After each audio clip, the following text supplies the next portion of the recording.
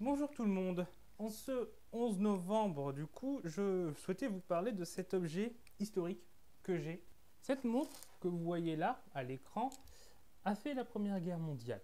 Entre 1914 et 1916, elle a été sur différents fronts. Dans les mains de mon arrière-arrière-grand-père, Antonin Guillaume. Il était né en 1881 à Montceau-les-Mines. Il a fait son service militaire en 1901 et après il a travaillé un temps à la mine. Ce qui fait que du coup j'ai découvert en faisant ces recherches du coup sur cet ancêtre. Alors les informations que je vous donne c'est assez parcellaire parce que c'était un anonyme parmi d'autres et donc forcément il y a des trous dans les informations qu'on a pu retrouver dans les papiers qui ont été réunis. Et surtout que je ne suis pas déplacé dans toutes les archives, c'est grâce à des papiers qui ont été réunis par la famille. Mais en tout cas, de ce que j'ai pu réunir, voilà, je vais raconter un peu les informations que j'ai pu trouver, l'histoire du coup du passage de mon arrière-arrière-grand-père dans cette guerre avec cette montre, cet objet historique.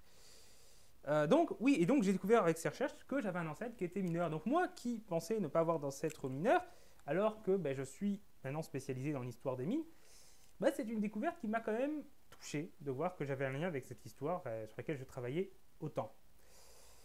Donc après son service militaire en 1901, donc mineur, et en 1914, il est mobilisé. Le 8 août 1914, il intègre l'infanterie.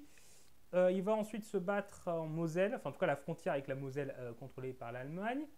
Il va être blessé au pied, devrait être amputé d'un orteil à ce moment-là. Donc ça c'est en septembre 1914.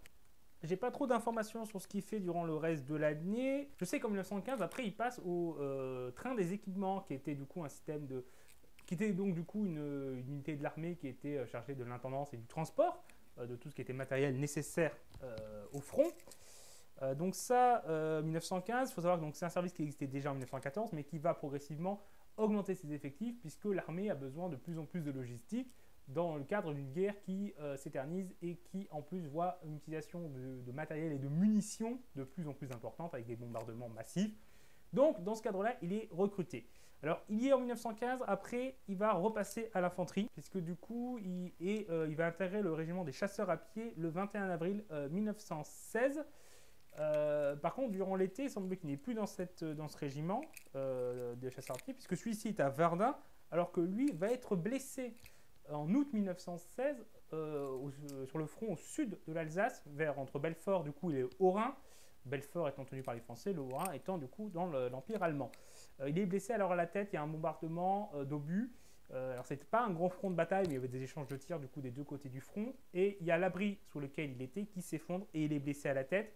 Et il va garder quelques séquelles puisque sa vue va être dégradée de manière durable suite à cette blessure. Et donc après, en 1917, il est renvoyé dans les mines. Puisqu'il faut savoir que, alors il est toujours considéré comme militaire, toujours recruté dans le cadre de l'armée, mais il n'est plus au front, il est envoyé dans les mines, puisque la production de charbon, c'est vital. C'est vital pour l'économie de guerre et faire fonctionner le pays. Et donc il y a des personnes qui étaient mobilisées dans les mines pour produire ce charbon. Et donc lui, étant un ancien mineur, il avait une expérience dans ce domaine et donc il a été choisi pour ça.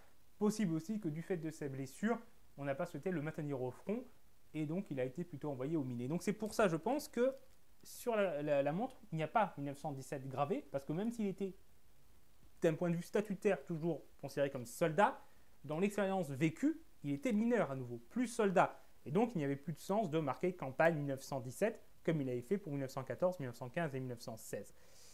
Donc c'est pour lui la fin de la guerre au front. En 1920, il est officiellement démobilisé et par la suite, il n'est plus maintenu comme mineur, notamment à cause de ses problèmes de vision liés à son activité à la mine. Notamment, il semble-t-il, du coup, d'après les papiers que j'ai vus, parce que du fait de sa cécité partielle due à son ancienne blessure, il n'est plus vraiment apte à travailler dans les mines et par la suite, du coup, il va devenir facteur à Reims. Et voilà, donc ça, après, c'est la fin de son parcours au front. Et donc voilà, ça c'est la fin de son parcours au front, et puis il finira après sa vie comme ça, à Reims, où du coup j'ai eu une partie de ma famille avant qu'il parte en région parisienne, comme pas mal de monde durant cette époque, avec du coup les grands mouvements migratoires. Donc voilà, c'est terminé pour la petite histoire du coup de cet objet. Enfin, après oui, cet objet est resté dans la famille, il est passé après à mon arrière-grand-père, qui était donc son fils, et après à mon père, et du coup maintenant, à moi.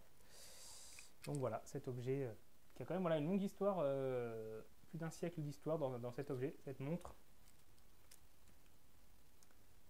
voilà, qui a été aux guerres, qui a été enseveli sous des débris d'un abri durant l'été 1916 et qui... c'est émouvant de voir quand même un objet avec une telle histoire. Enfin voilà, je tenais à vous partager ça en ce 11 novembre. Au revoir tout le monde. Et n'hésitez pas à vous abonner et à partager cette vidéo.